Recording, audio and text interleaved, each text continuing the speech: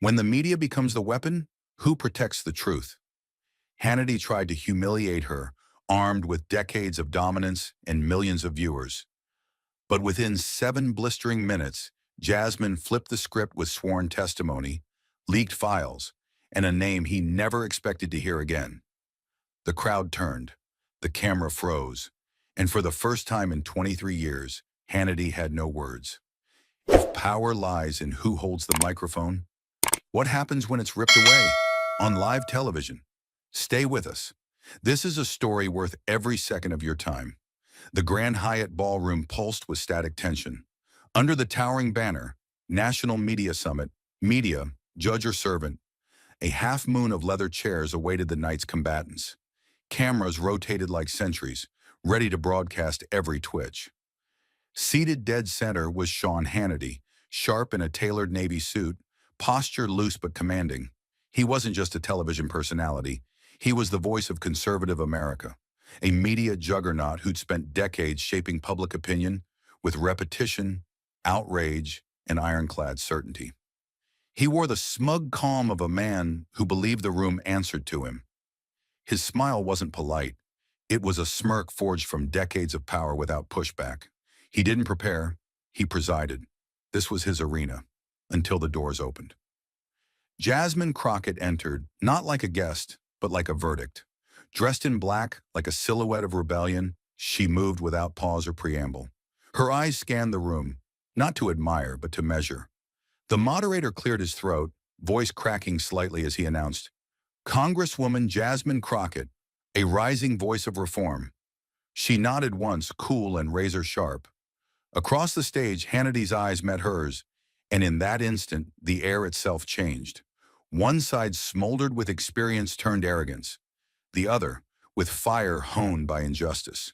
Their silence screamed louder than any headline. They didn't blink, they didn't smile, they calculated. Hannity tapped his notes with theatrical ease. Jasmine opened a folder, thin, precise, loaded. No need for flair. She didn't come to entertain. She came to cut. This wasn't media analysis. It was war, dressed in suits and televised for America to witness. And for the first time in years, Sean Hannity might have realized he wasn't the one holding the knife. The air had barely settled from the weight of their silence when Hannity struck.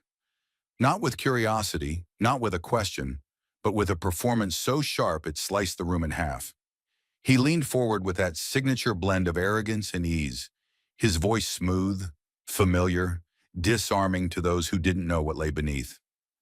"Let me begin," he said, smiling just enough to mock, "by welcoming Congresswoman Jasmine Crockett, a woman who, not too long ago, said Fox News should be shut down because apparently freedom of the press ends when the headlines don't flatter her."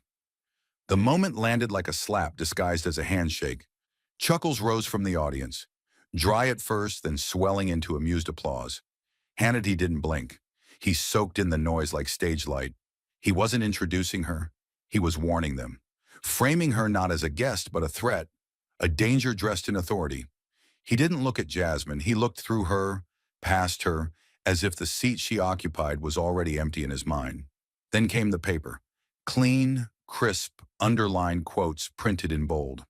"Let's see what she's gifted us with over the years," he said, lifting the sheet with the precision of a magician about to pull a trick from thin air. Here's one. "Mainstream media reinforces systemic racism with every headline it chooses not to print." He looked up, feigned a shocked eyebrow. "Wow, that's not divisive at all." The crowd laughed. He turned to another. "If you're comfortable with the truth, you haven't met it yet." Another pause, another smirk. "And this one's my favorite," he added, holding the page higher as if offering evidence in court.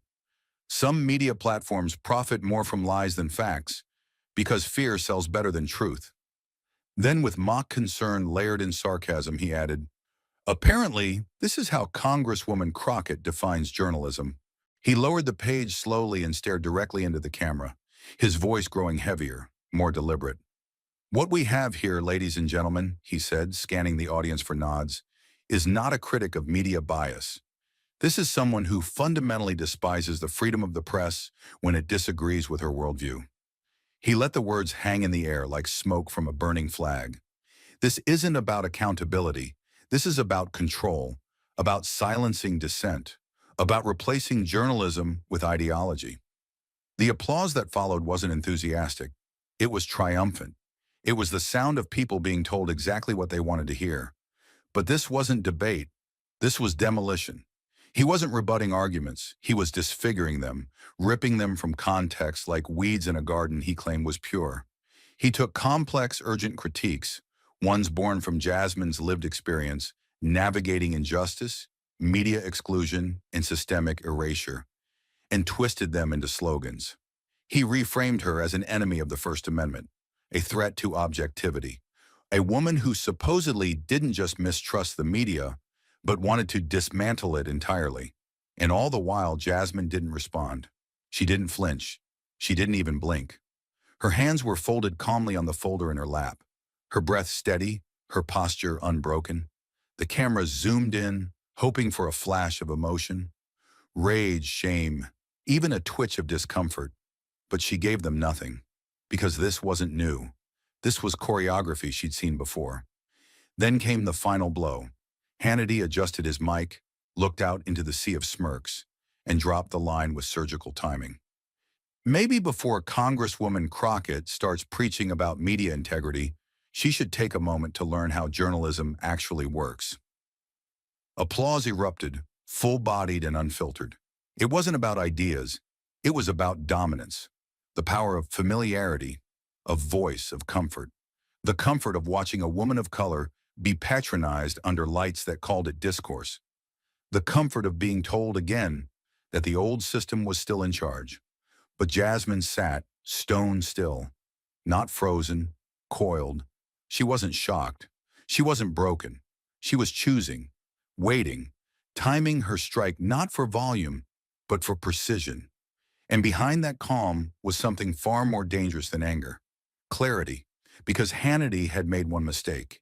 He thought she came to argue. She had come to expose. But Jasmine didn't rush.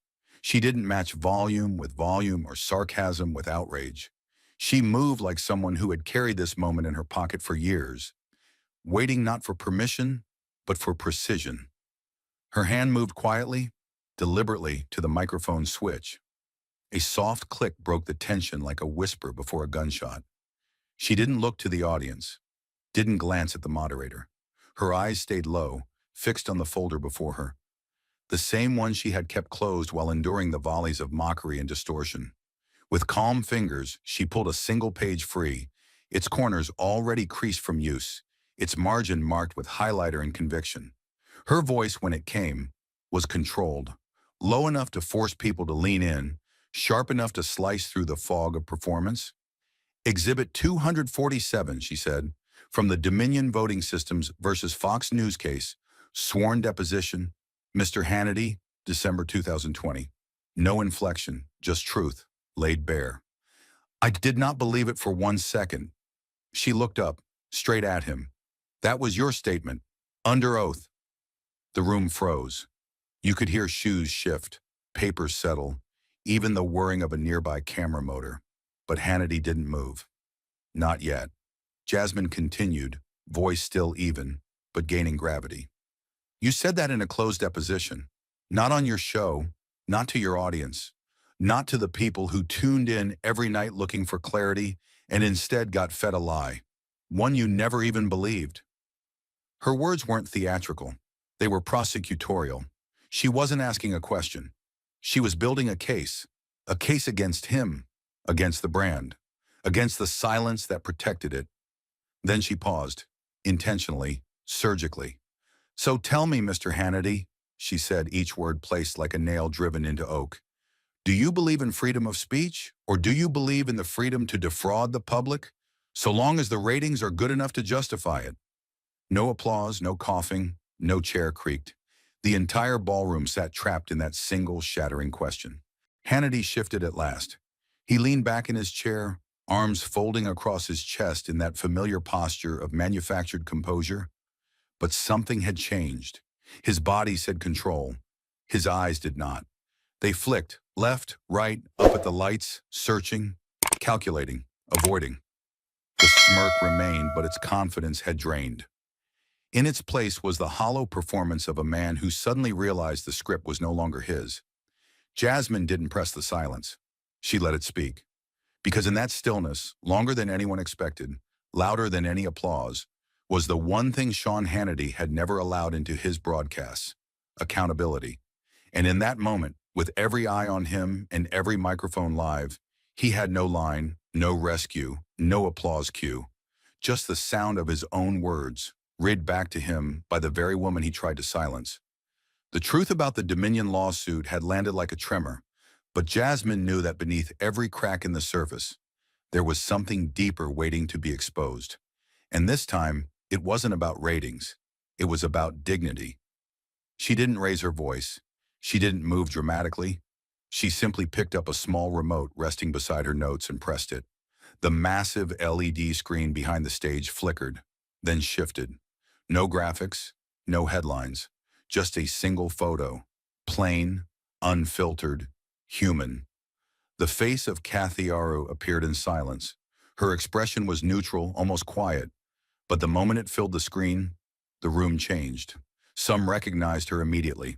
Others squinted, trying to remember where they'd seen that name before. And a few, those who knew exactly who she was, looked down. Jasmine didn't look back at the image. She didn't need to. Her voice, now lower but unmistakably clear, carried across the room with the weight of someone who had waited long enough. "This is Kathy Aru," she said evenly. "A journalist, a mother, a woman who once sat in the same makeup chairs, under the same studio lights, and beside the same anchor who now sits across from me." She let that sit for half a second, then quietly. She was humiliated in front of colleagues. She was silenced in court, and she was erased from this industry the moment she spoke up. The screen didn't blink. Neither did Jasmine. In her formal complaint to federal court, she continued, opening a single sheet from her folder, Ms. Areo described an incident during a live taping of Mr. Hannity's show. He held up a $100 bill on set in front of the production crew and offered it as a reward to any man in the room willing to take her out to dinner that night. Her tone was even, but the words hit like slow, deliberate strikes. Let me be clear. That wasn't a joke. That was a challenge. One wrapped in power, one designed to ridicule her, one that turned a colleague into a bet. Murmurs rippled across the room. Jasmine didn't acknowledge them. Her focus remained razor sharp. She was called too sensitive, told to move on. Lawyers called it a misunderstanding. But what do you call it when a woman is turned into a prize in her own workplace? She asked, not rhetorically, but quietly, sincerely. What do you call it when laughter becomes a weapon and no one has the courage to say it out loud? Then she turned, slowly, deliberately.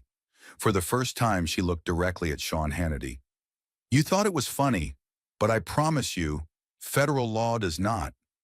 The screen faded to black, but the silence it left behind wasn't empty. It was judgment. And like all men who mistake applause for absolution, Hannity responded not with truth, but with volume. Sean Hannity snapped forward in his chair, fury pulsing through every word.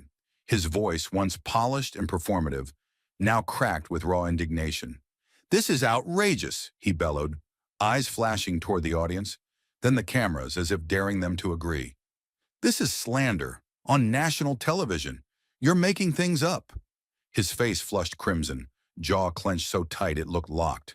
He pounded his palm once against the desk, not a gesture of control, but of a man unraveling. You're twisting words, dragging out accusations that don't belong in this forum. This isn't justice. It's a hit job. His eyes darted to the moderator, to the producers, to anyone who might jump in and stop the freefall. But no one moved. No teleprompter could save him now. What stood before the room wasn't a media legend defending truth. It was a man cornered by it. Across the table, Jasmine didn't react with triumph or glee. She didn't even blink. She turned to him slowly, deliberately, like a surgeon preparing the next incision. Her expression didn't gloat, it clarified. Her voice came low, even, the kind of calm that doesn't ask permission. I am a lawyer, Mr. Hannity, she said, every word sharp and distinct. And you are, as of this moment, a potential defendant. The room stilled again, not because she was loud, but because she was right. That's not my opinion. That's not theater. That's the legal distinction between someone who builds arguments and someone who breaks them under oath. She didn't raise her voice because she didn't need to. Her authority wasn't borrowed from viewership. It came from consequence.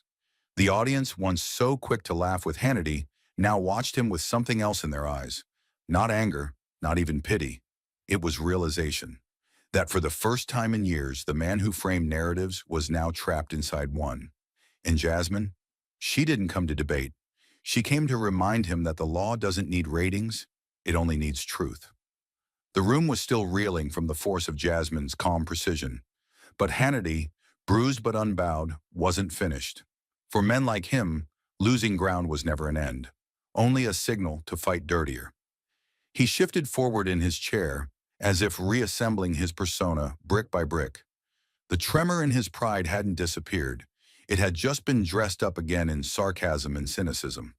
"Let's not pretend this is about truth," he said, his voice regaining its manufactured steadiness. "This is theater. This is emotion masquerading as substance. What you're doing isn't journalism, Congresswoman. It's spectacle. You're not here to inform. You're here to inflame." His gaze swept across the audience, looking for the nods that once came so easily. "You're a product of a political culture obsessed with outrage. Loud voices, empty arguments, no solutions. All feeling, no facts. And the only thing more dangerous than bad policy is emotional politics parading around as justice." He leaned back slightly, as if he'd regained the upper hand, a familiar smirk threatening to return to his lips. But Jasmine didn't allow it. She didn't interrupt. She didn't even shift in her seat. She waited until every syllable of his last line had settled into the silence like dust. And then she moved, not physically, but with words, clean and quiet, that cut deeper than a scream ever could. "If calling out the dehumanization of women, exposing a system that protects lies, and demanding accountability is what you call emotional politics," she said, "then maybe the problem isn't with my passion." Her voice was steady, but the steel beneath it was unmistakable. "Maybe the problem is that your sense of morality never made it past the soundstage." The line didn't land like a punch. It landed like a verdict. The room froze, not just in silence, but in realization. This wasn't rebuttal. This was reflection. Because what she said wasn't just about him. It was about every camera that looked the other way, every producer who trimmed truth to fit a narrative, every audience that clapped louder for style than substance. Jasmine's voice didn't tremble. It tightened. "I wasn't sent here to make people comfortable. I wasn't elected to play nice with power. I'm here to remind people that justice doesn't arrive in a teleprompter, and truth doesn't need your permission to speak." And in that moment, the room that once belonged to Hannity no longer recognized him as its master. It had found a new voice, one that didn't perform, one that didn't retreat, one that, against every expectation, refused to fold in the face of manufactured authority.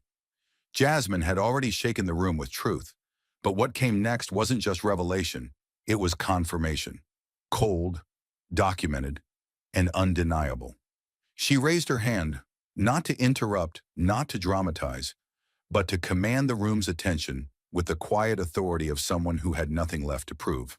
The screen behind her flickered once more, replacing the black silence with a stark white label across the top. Deposition video. Melissa Grant, former senior segment editor, Fox News. There was no music, no graphics, just a woman in a gray blazer seated at a legal table, hands clasped, eyes steady, and a timestamp in the bottom corner. The kind of footage reserved for courtrooms, not conference stages. Jasmine didn't speak. She stepped back, allowing the video to speak for itself. Melissa Grant's voice filled the room, calm and clinical. "Yes," she said, "I was instructed directly by Mr. Hannity to assemble segments using reactions that were pre-written or recorded from unrelated events. Often we would prepare graphics and comment clips for social media fallout before the segment even aired." She blinked once, then continued, emotionless. "He said it was important to get ahead of the story, but we weren't chasing facts. We were producing emotion, anticipating public reaction, and then feeding it back to the audience like it was spontaneous. The room was frozen. No one shifted. No one coughed. The silence wasn't respectful. It was paralyzed. Melissa's voice didn't waver. It was called building the wave. He believed if we framed it strong enough, loud enough, and fast enough, the response would follow, and that response would justify the frame. It was a loop, not reporting. Reinforcement. The video cut after that, clean and simple. No outro. Jasmine stepped forward again, eyes sweeping across the audience. Her tone even, her posture unshaken. That wasn't a critic. That wasn't an activist. That was one of his producers, under oath. She didn't have to raise her voice. Each word was weighed, measured, deliberate. While he accused me of bringing emotion to the table, his own newsroom was manufacturing it like a product, designing public outrage, controlling headlines before they even existed. She paused just long enough to let the truth sting. This is not freedom of speech. This is emotional laundering, wrapping fiction in just enough reality to sell it as fact. And then she said what no one else had the nerve to say in that room before her. This wasn't journalism. It was psychological manipulation in a tailored suit. And the public trusted it because they never got to see what we just did. She stepped back. The screen behind her was dark again. But now it wasn't silence that filled the space. It was consequence. Real, heavy, and finally, visible. The screen went black, but the silence it left behind wasn't relief. It was reckoning. What had started as a debate was now something else entirely. And for the first time all night, the crowd didn't know how to feel. The atmosphere in the room had changed so completely, it was almost a different space. Just 30 minutes earlier, the audience had been leaning back in their chairs, smirking, clapping along to Hannity's taunts with the smug ease of those watching a show they thought they understood. But now, they leaned forward, eyes narrowed, jaws tight. People who had laughed were no longer sure where the line between entertainment and exposure had fallen. The air, once laced with Fox-flavored confidence, now hummed with discomfort. It wasn't just Jasmine's words, it was the proof, the sworn testimony, the footage, the still image of Kathy Aru's face hanging in their memory like a mirror they hadn't asked for. A woman in the third row dropped her arms from a defensive cross and rested her elbows on her knees. A man near the side stage tapped his phone screen but didn't unlock it, his thumb just hovering, as if afraid of what he'd miss. On stage, a production assistant leaned over to whisper something urgent to the floor director. The director, after a brief pause, gave a silent, universal signal. Cut the segment. Wrap it now. Move. The lights were still on. The cameras were still rolling. But behind the scenes, panic had begun to circulate like a sudden virus in a sealed room. Jasmine saw the movement, the hand gestures, the flashing red on the teleprompter indicating a countdown. She didn't flinch. She didn't step back. She stepped forward, and then she said it. "If you cut my microphone," she began, her voice even, clear, and louder than any control room could mute. "I still have the law. I still have the internet. I still have people watching and listening, not because they're told to, but because they choose to." The room didn't gasp. It didn't breathe. Jasmine glanced at the back cameras, not the front, not the one assigned to catch her at a flattering angle, but the one behind the audience, the one that would broadcast their reaction, not just her words. "And unlike what we've just seen tonight," she continued, "truth doesn't need a broadcast license. It doesn't need a producer's approval. It only needs one thing, the courage to say it out loud, even when every light in the room is trying to turn off." The stage manager motioned again. The screen behind her now flickered with the show's outrow logo, soft music starting to fade in. Pre-programmed, pre-scheduled, pre-authorized. She took one final step closer to the edge of the stage. "And today," Jasmine said, her eyes sweeping across the crowd, "truth will not be cut off." She didn't shout it. She delivered it like a judge reading a sentence. Calm, cold, final. There was no applause. There was something better. Stillness. The kind of stillness that follows a courtroom verdict. The kind that follows the moment after a man realizes the script he's memorized his entire life no longer applies. And then all eyes turned to Hannity. He hadn't moved since the video played, since the testimony, since Jasmine turned his old set of tools, sarcasm, certainty, smirks, into useless metal at his feet. His body was stiff in his chair, his arms crossed more tightly than before. But it wasn't confidence, it was containment.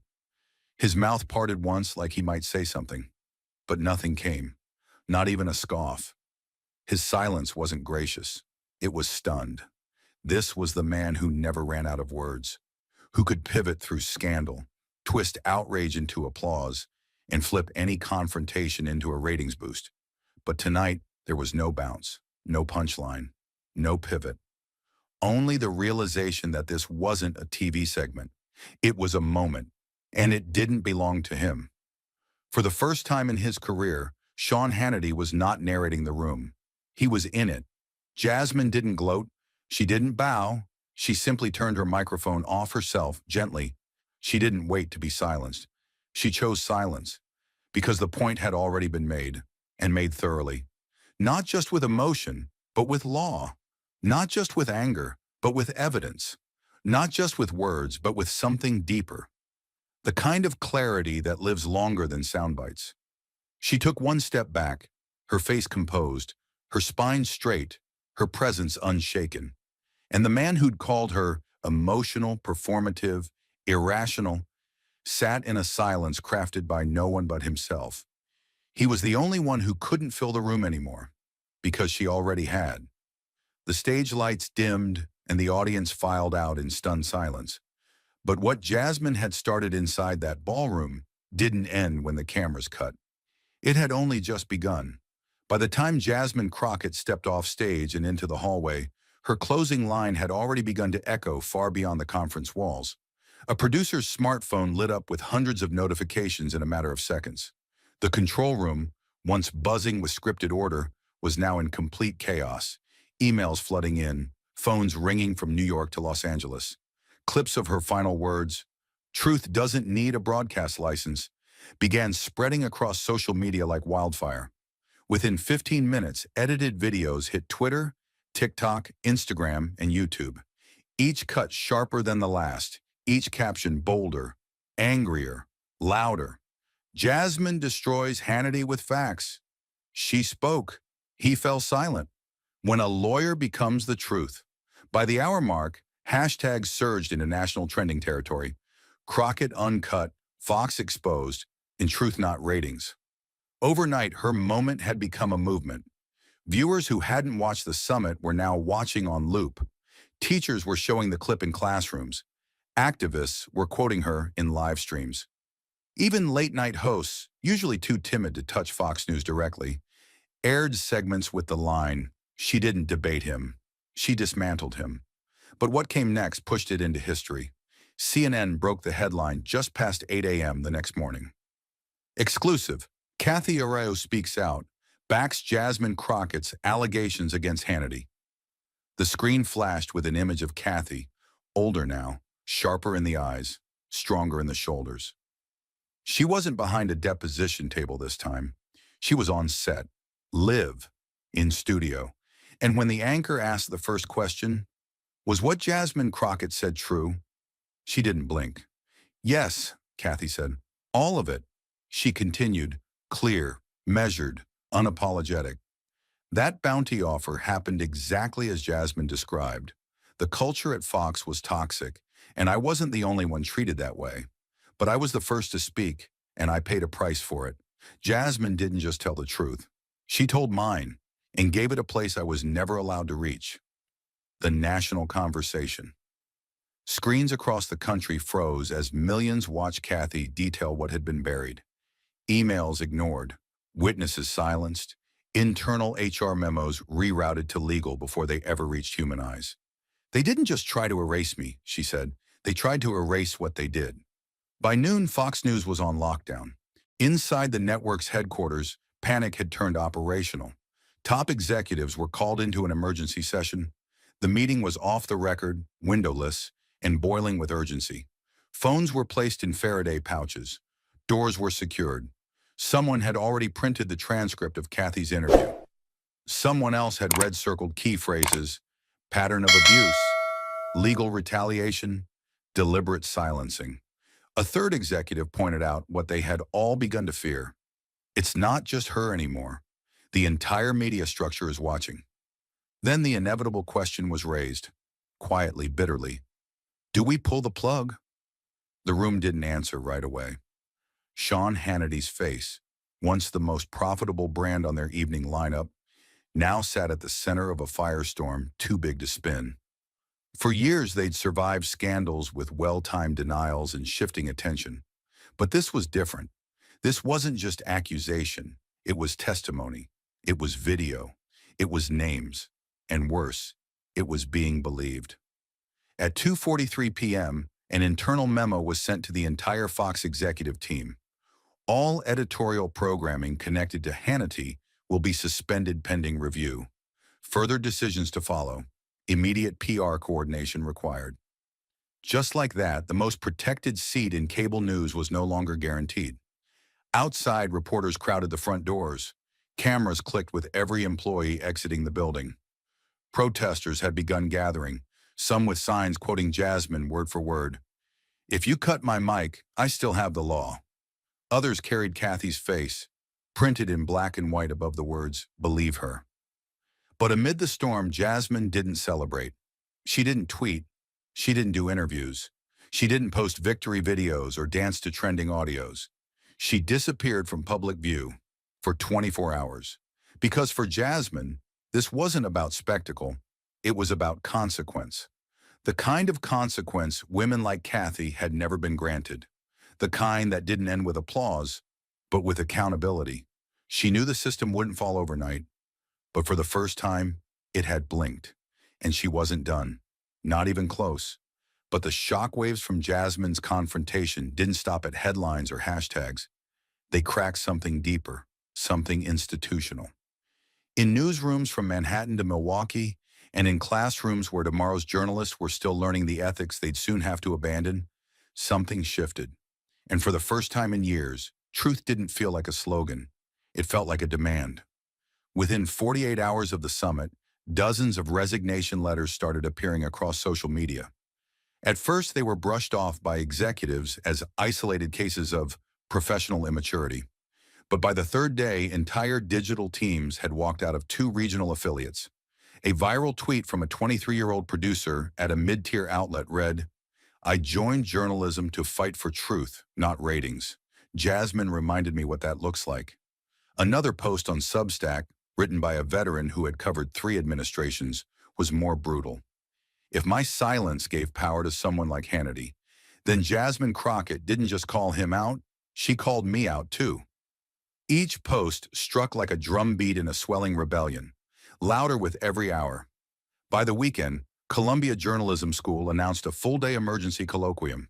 The banner on its official invite, now plastered across academic networks, bore one sentence in stark, block serif font. Who controls the narrative and who controls them? The event didn't feel academic. It felt like a tribunal. Inside Pulitzer Hall, cameras lined the walls. Ivy League deans sat shoulder to shoulder with undergraduates in hoodies. Even tenured professors looked uneasy, not because they feared disagreement, but because they knew they were no longer safe behind abstraction. The moderator opened not with a quote from Walter Cronkite or Murrow, but with a clip, unedited, of Jasmine's now infamous line. Do you believe in freedom of speech, or just freedom to lie for ratings? The room held its breath. When the lights came back on, no one moved for a full 5 seconds. A student from Yale stood up, voice steady. We've spent years dissecting fake news in theory, but we just watched a sitting congresswoman cut through it in real time. That wasn't politics. That was journalism. A faculty member from NYU added quietly, it used to be said that the media shapes reality. What happens when the truth shapes the media? No one laughed. No one dismissed it. For the next 5 hours, testimonies poured in. A former CNN field producer recalled being told to wait for the right spin before airing footage. An ex-social editor from a major network described internal Slack channels designed to heat up outrage before primetime. But most striking were the voices of the students, Students who had dreamed of reporting from war zones, covering crises and exposing fraud, now questioning whether the institutions they aspired to join still valued any of it. Back in Washington, Jasmine sat in her modest office, phone off, laptop closed, simply breathing in the silence that follows a storm. Her assistant entered quietly, carrying a thick bundle of printed letters and emails. Jasmine didn't reach for them at first. She just stared at the weight of them, like they carried something she wasn't yet ready to feel. Then she took one from the middle, a single handwritten line. "You didn't just win an argument, you changed the rules of the game." The next was from a journalism major in Texas. "Every professor here tells us to stay neutral, but you showed us that truth is not neutral, and we don't have to be either." One envelope, unusually thick, had a note clipped to the front, shared by 42 student editors across the country. Inside was a signed petition nominating Jasmine for the Independent Media Ethics Award, an honor that had, until then, only gone to working journalists. The nomination letter read, "She is not a reporter, but she held the most powerful reporter in America to account, not with spin, with fact, not with fury, with truth, and she did it on his turf." Jasmine didn't cry. She rarely did. But she folded that letter with care, pressed it flat, and slid it between the pages of a worn legal binder labeled Truth and Reform. Then, for the first time in a long time, she leaned back in her chair, not with exhaustion, but with quiet purpose. Outside her door, the world was still spinning. Networks were still strategizing. Executives were still meeting behind closed doors. But somewhere, a freshman in Missouri turned down an internship at a Fox affiliate. Somewhere, a junior in New Jersey rewrote their senior thesis to include Jasmine's speech as a case study in journalistic integrity. Somewhere, a student newspaper replaced a scheduled op-ed with an editorial titled, "When Truth Walked in Wearing Black." This wasn't just fallout, it was formation. And in those rare, quiet moments when Jasmine sat alone, no cameras, no microphones, no need to perform, she knew something irreversible had happened. Not because she had destroyed a man's argument, but because she had reminded a generation what it looks like to fight back with facts, to cut through power not with volume, but with precision. For years, media had taught America how to forget. That night, Jasmine taught them how to remember, and the truth at last was no longer scared to speak. And while institutions hesitated, the independent voices rose. Like embers catching wind, the backlash ignited not through official channels, but through raw, unfiltered momentum. It began with a tweet from an anonymous journalist, captioned only, "What if we've been complicit?" Within hours, a private Slack group of investigative reporters, many of whom had long felt handcuffed by corporate media contracts, turned into a hive of quiet rebellion. They didn't wait for permission. They began digging. It wasn't a formal investigation, no press conference, no banner headline. Just a spreadsheet, a shared drive, and the grit of those who still believed journalism was supposed to serve the public, not manufacture its beliefs. They called it Project Frequency. Its mission was clear: track every time Sean Hannity had broadcast misinformation and document the aftermath. Within 3 days, the file held over 200 entries, complete with dates, video links, transcripts, and, more hauntingly, the real-world consequences that followed each lie.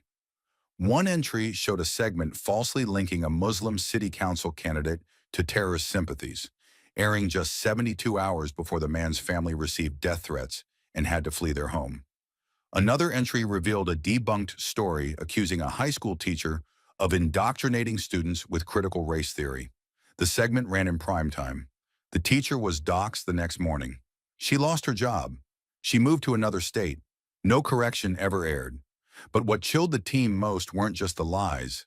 It was the quiet trail of muted apologies that came after. They found buried legal filings, non-disclosure settlements inked in silence, apologies signed behind closed doors, reputations repaired with money but never with airtime.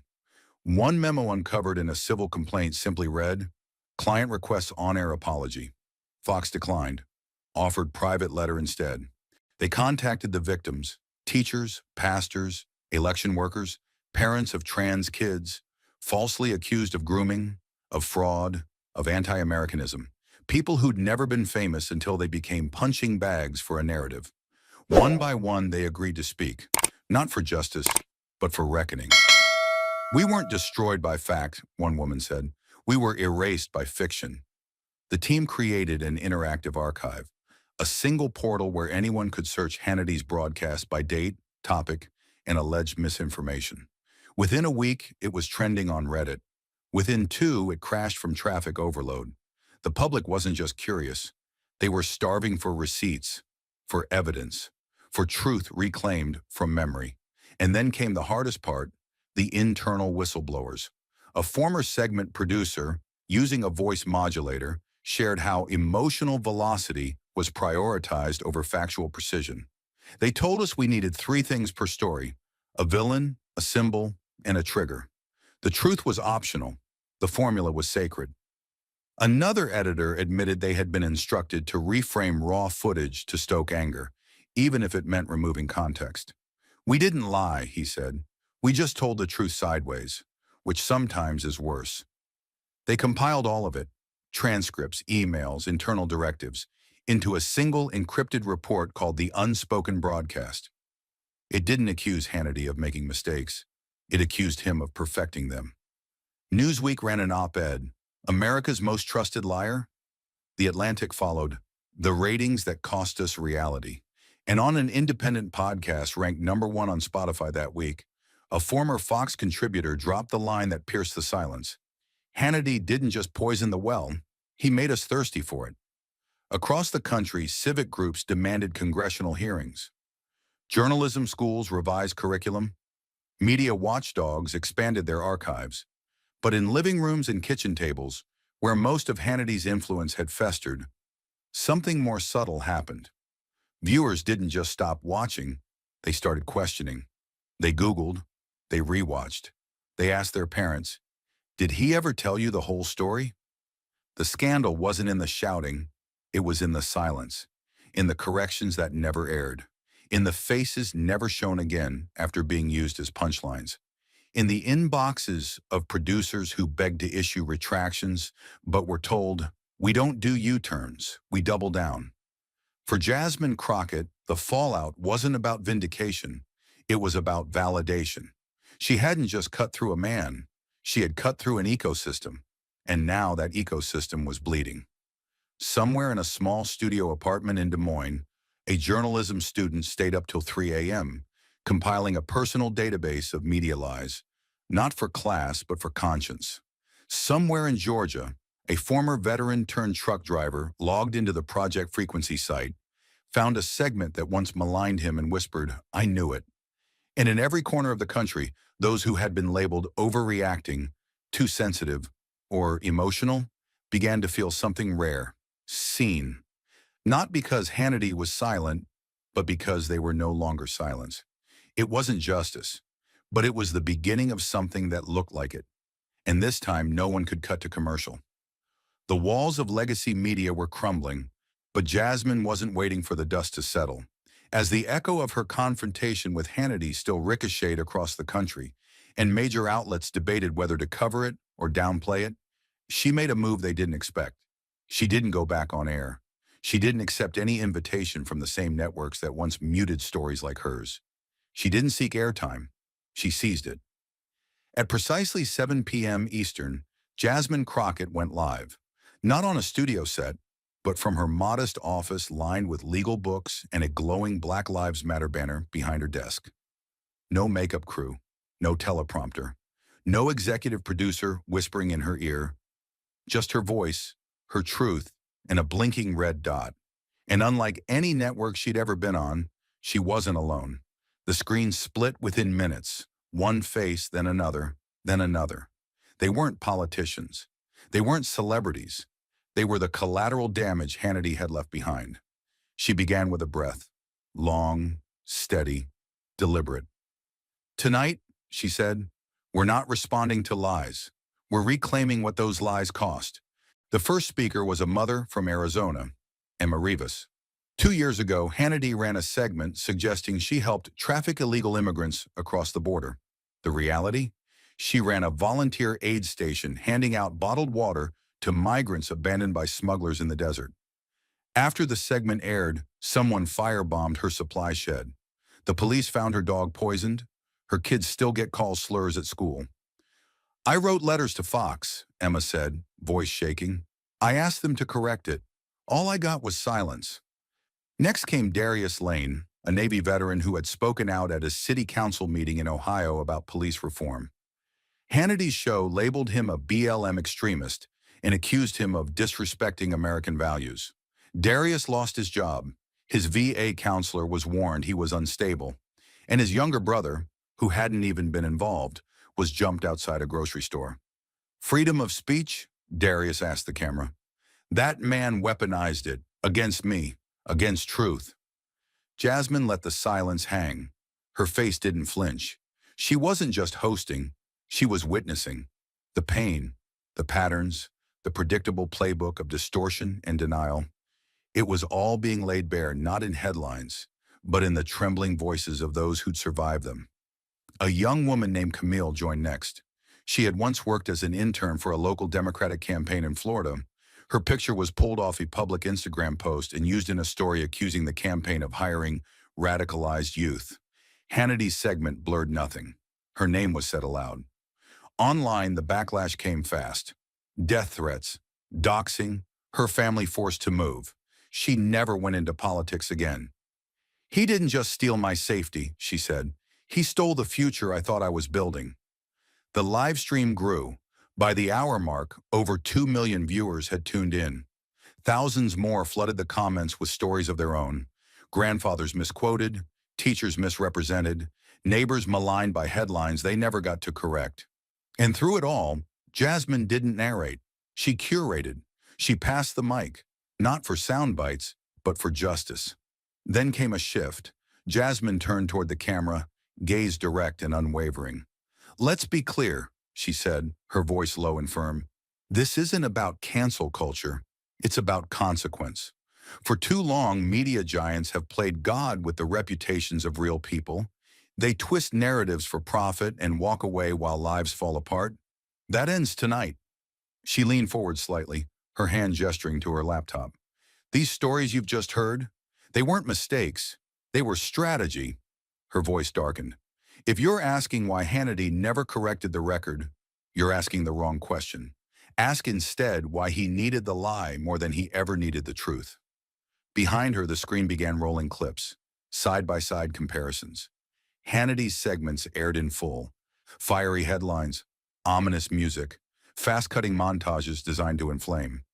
Next to them, Jasmine showed raw footage, the actual town halls, full speeches, longer quotes from people he had vilified. The contrast was staggering. In one, a school board member was painted as anti-American. In reality, he was reading a Frederick Douglass passage on the meaning of true liberty. Another was a nurse accused of spreading vaccine hysteria. Her real words were about insufficient staffing in rural hospitals. The chat exploded. The truth wasn't just shocking, it was familiar. People didn't just feel manipulated, they felt betrayed. As the live stream surged past 3 million live viewers, Jasmine paused. Then with a quiet finality, she said, Fox won't air these voices, but I will, because truth doesn't expire when it's inconvenient. Then as if on cue, a new guest joined, Kathy Aru herself, her hair now streaked with silver, her face weary but resolute. She recounted in measured detail how Hannity had once offered $100 to any male staffer who'd take her on a date. A joke, he claimed, but to her it was public humiliation. She spoke not for revenge, but for record. He built a kingdom where mockery was currency, she said, where the value of a woman could be traded for a punchline. Jasmine didn't interrupt. She didn't dramatize. She let Kathy speak uninterrupted for 10 full minutes. The power wasn't in rebuttal, it was in listening. When Kathy finished, Jasmine turned once more to the audience, now topping 5 million. What you've heard tonight isn't political, it's personal. The damage done by deception is not theoretical, it's visible, it's measurable, and it's no longer invisible. She clicked a key on her laptop. A website link appeared on the screen, www.mediavictimregistry.org. This is a resource, and she said, for every name erased, every apology denied, every correction that never aired. Tonight, we begin the archive that Fox News never wanted to exist. The chat slowed for a moment, as if even the viewers needed to take a breath. Then it roared back to life. Donations flooding in, emails offering testimony, volunteers pledging to catalog clips, timestamps, and fact checks. What began as a solo live stream had become a movement, not led by slogans, but by scars. By the second hour, the broadcast had broken records, surpassing even presidential debate numbers on several platforms. Not because of controversy, but because, for once, victims weren't framed. They were centered. Jasmine leaned back in her chair for the first time, exhaling. "I didn't come here to win a debate," she said softly. "I came to make sure no one gets buried under another broadcast again." And as the live stream continued, an endless scroll of testimony, footage, and digital solidarity, one thing became painfully, unmistakably clear. Silence had finally met its match. It came not with thunder, but with a whisper. At exactly 8:03 a.m., East Coast time, a Fox News press release, plain, clinical, and dispassionate, landed in journalists' inboxes across the country. It was only 4 paragraphs long. The headline, "Sean Hannity to take indefinite leave to focus on personal well-being." No fanfare, no farewell, no farewell monologue filled with flag-waving, Constitution-quoting pride. Just silence packaged in corporate speak. For a man who had spent over 2 decades commanding primetime America like a general at war, it was the strangest of exits. Sean Hannity, the juggernaut of right-wing media, the man whose voice once defined nightly political discourse, had gone quiet, and not even his most devout followers could ignore the strange timing. Just days earlier, Jasmine Crockett had stood on a national stage and carved through his mythos like a scalpel through silk. The timing wasn't coincidence. It was consequence. Inside the Fox News headquarters, tension turned to containment. His name was scrubbed from the week's on-air lineup before noon. The promotional banners on their website were quietly replaced. The bright red Hannity block letter marquee that had once lit up the Manhattan skyline like a symbol of ideological supremacy, gone. Not covered, removed. Executives gave no public reasoning, but they didn't need to. America had already seen what Jasmine showed them. A man who didn't just lose an argument, he lost his mask. In conservative circles, there was confusion first, then defiance. Exhaustion was the official excuse. But exhaustion doesn't come overnight. Exhaustion doesn't erase a career's worth of content from rerun slots. Exhaustion doesn't trigger legal consultants to begin scrubbing archives. What the public witnessed wasn't burnout. It was the first visible fracture in a machine that had long operated without brakes, fueled by outrage, repetition, and unchecked influence. Back-channel whispers painted a more damning portrait. Staffers reported that Hannity hadn't set foot in his usual studio in days. Some claimed his office door remained locked from the inside. Others suggested he had tried to record a defiant message, but it was halted by legal advisors worried it could be used as evidence.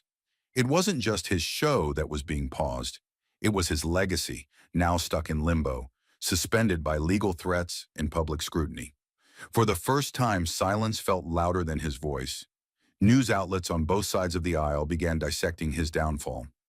MSNBC ran hour-long specials analyzing the cultural shift, how one woman, armed with facts, law, and lived experience, dismantled decades of narrative manipulation. CNN's Don Lemon delivered a chilling monologue. The fall of Hannity isn't just about one man. It's about what happens when the megaphone becomes more important than the message. Even the usually conservative-leaning Wall Street Journal asked a searing question in its Sunday op-ed. Was Sean Hannity ever a journalist, or just the loudest actor in America's longest-running political theater? But perhaps most damning of all were the reactions from inside his own ideological ranks. Viewers who once echoed his every word began questioning the script. Former colleagues went curiously quiet. Some issued half-hearted defenses on Twitter, but the fire was gone. Hannity's defenders looked like soldiers who had just realized they might have followed the wrong general into battle. The once blazing army of loyalists now resembled a retreating crowd, confused and leaderless. Meanwhile, Jasmine said nothing. She didn't gloat. She didn't post celebratory tweets or call press conferences. She stayed absent from television. Instead, her silence became its own form of pressure, letting the weight of truth sit with the country without interruption. She had said what needed to be said. The truth had been televised. Now the echoes did the work. And those echoes grew louder. Clips of her confrontation replayed endlessly online, each rewatch surfacing a new detail. A glance, a pause, a turn of phrase that hit harder with context. Memes flooded social media. The quote, "I'm a lawyer, you're a potential defendant," appeared on t-shirts, coffee mugs, and protest signs. Students in journalism schools began quoting her lines in class debates. On campuses across the country, her words replaced textbook passages. And in this new charged atmosphere, Hannity's absence didn't inspire sympathy. It inspired questions. What else had been hidden? How many others had been silenced? How long had America mistaken charisma for credibility? Inside Fox, internal communications took on a new tone. Producers who once worked tirelessly to construct nightly echo chambers now found themselves asking legal teams what segments could be re-aired without triggering liability. Editors dug through archives, identifying episodes where information might have crossed into provable misinformation. HR initiated a review of every harassment claim made in the past 15 years, including the Kathy Aryu incident, now front and center thanks to Jasmine's laser-point accuracy. And still, Hannity stayed gone. Rumors swirled that he had fled to Florida, staying at a private compound surrounded by family and attorneys. One former Fox staffer anonymously reported, "He's not resting, he's unraveling." Another insider confirmed that several of Hannity's sponsors had pulled contracts overnight, demanding brand distance until investigations wrapped. The man who once boasted of being unbreakable had simply vanished, and yet his absence only amplified Jasmine's presence. It wasn't just a television moment anymore. It was a shift. A woman of color standing alone on a stage designed to humiliate her had turned the tables so completely that the man holding the cards left the game altogether. And America watched it happen in real time. In Washington, members of Congress, quietly at first, began to reference the Hannity reckoning in hallway conversations. Lawmakers debated calling for hearings on media ethics, misinformation, and corporate broadcasting accountability. Lobbyists for media reform saw a sudden boost in funding. Activist groups printed her face next to the phrase, "Not afraid of your cameras, only afraid of silence." But no matter how many headlines it generated, one image remained seared in the public's mind. The look on Hannity's face the moment Jasmine asked if he believed in freedom of speech or freedom to deceive. He had no answer then, and in the days since, none had arrived. So the screen stayed dark. The show didn't air. Hannity's chair sat empty, and for the first time in years, the primetime hour that once reverberated with outrage fell silent. But it wasn't the silence of surrender. It was the silence after an explosion. When the dust settles, the ears ring, and the world waits to see what's left standing. And what remained was not Hannity. It was Jasmine, still standing, still watching, still waiting. The storm had passed. The headlines had cooled. The camera crews had rolled back their cords and folded their tripods. Fox News was silent. Hannity's name had been wiped from prime time, like chalk washed away by rain. And across the country, a new question echoed. Not just what happened, but what changed. The answer stood quiet in a chair across from Anderson Cooper on a late-night CNN special. There were no roaring audiences, no flashing headlines on the lower third of the screen. Just one camera, one host, and Jasmine Crockett sitting with her hands calmly folded in her lap, eyes locked on the lens. Not for attention, but for clarity. The air around her was unusually still, like the moment before a judge hands down a verdict. Anderson had asked her the question everyone else was too afraid to ask bluntly. "Do you feel vindicated?" She didn't blink, didn't smile, didn't lean forward or back. She just held her breath for half a second, then gave the country its answer. "We don't need to destroy anyone to demand justice. she said slowly, her voice like carved glass. Sharp, clear, deliberate. We only need to cut the microphone of the man screaming with borrowed sound. The silence after that wasn't awkward. It was sacred. Anderson didn't speak. The producers didn't cue a follow-up. The studio didn't fade to commercial. The line just lingered. It wasn't just a mic drop. It was a nail in a coffin built out of decades of misinformation, intimidation, and performance masquerading as patriotism. That one sentence, less than 20 words, tore through the country's collective spine. She wasn't gloating. She wasn't even reacting. She was doing what she'd done from the very beginning, choosing precision over volume. It was a lesson wrapped in restraint, and the weight of that choice didn't go unnoticed. Backstage, a junior CNN staffer stood frozen at the monitor. She wasn't part of the segment. She wasn't even assigned to that floor. But when Jasmine spoke, she found herself transfixed. She would later write a blog post titled, "When Justice Whispered Back," calling that moment the most powerful silence she'd ever witnessed on live TV. It went viral within the hour. And it wasn't just the staffer. All across the country, people paused mid-sentence, mid-scroll, mid-thought, just to replay that one line. On TikTok, creators stitched Jasmine's sentence over footage of civil rights marches, courtrooms, and flashing headlines about Hannity's sudden fall from grace. On Twitter, activists and journalists turned it into a banner. Borrowed microphones have echoes. Truth has roots. But in that studio, Jasmine didn't react to any of that, because she wasn't speaking for a meme. She was speaking for the invisible. The women too afraid to report harassment because the newsroom protected its stars. The men who had been slandered in prime time and never received an apology, only silence. The interns who brought coffee to anchors spreading propaganda. The viewers who never knew they were being taught to distrust each other under the guise of patriotism. Anderson eventually found words again. "Some people say this moment was your triumph," he offered carefully, still shaken. "Would you call it that?" Jasmine shook her head once. "This isn't a moment, it's a wound." Her voice never rose. "And I didn't win anything. The truth just finally stopped being afraid." Behind the scenes, producers scrambled to reroute the program's timeline. The interview had gone off script, far beyond their time cues. But no one dared cut it short. This wasn't content. This was reckoning. And it kept unfolding with every breath Jasmine took. She talked not about herself, but about systems. About silence as a currency in media circles. About careers built not on truth, but on the tolerance of distortion. About the way America treats microphones like badges instead of responsibilities. She spoke not like a victor, but like a surgeon cutting out a tumor, methodical, unsentimental, focused on what must be removed for the body to live. Then she said nothing more. She stood quietly, shook Anderson's hand, and left the studio through a side hallway with no security detail, no press trail, no entourage. Just her phone, and the weight of a nation that had suddenly remembered the difference between freedom of the press and the freedom to manipulate. Across the country, TV pundits scrambled to spin the moment.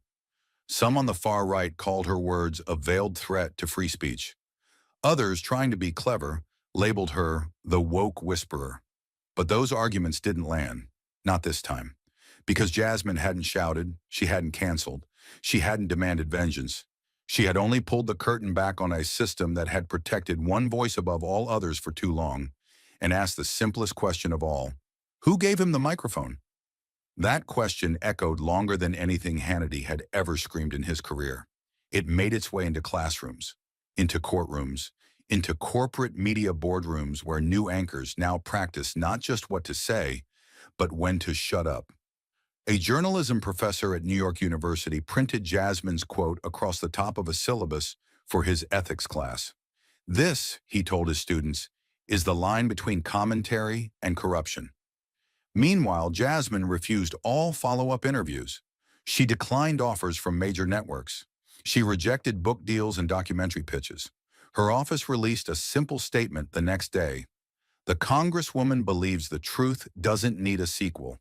It needs enforcement." That alone sent chills through newsrooms everywhere. Because in an era where everyone chased the next headline, the next clip, the next applause, Jasmine Crockett walked away without asking for applause. And in doing so, She made every standing ovation look like noise. Even her critics struggled to regain footing. Because how do you attack someone who doesn't claim victory? How do you discredit someone who didn't need to win, only to expose? How do you shout down a woman who already proved silence, when used precisely, can shake the walls of a nation louder than any rant? In private texts, rival pundits admitted to each other, she didn't just win, she rewrote the rules. And yet Jasmine, in her final words, hadn't even asked for new rules. She had simply reminded the country what it means to speak without a borrowed microphone, to speak from truth, to speak with earned volume, not inherited power. And that, in the end, was the line that stayed with America long after the cameras turned off. We only need to cut the microphone of the man screaming with borrowed sound. No threats, no gloating, just the quiet dismantling of a legacy built on noise. And in that quiet, something sacred was reborn. Thank you for watching until this moment and for standing with us on this journey for justice. Your support means everything. Like, subscribe, and turn on notifications so you never miss what's next. And we'd love to hear your thoughts. Leave a comment below and let us know what moved you most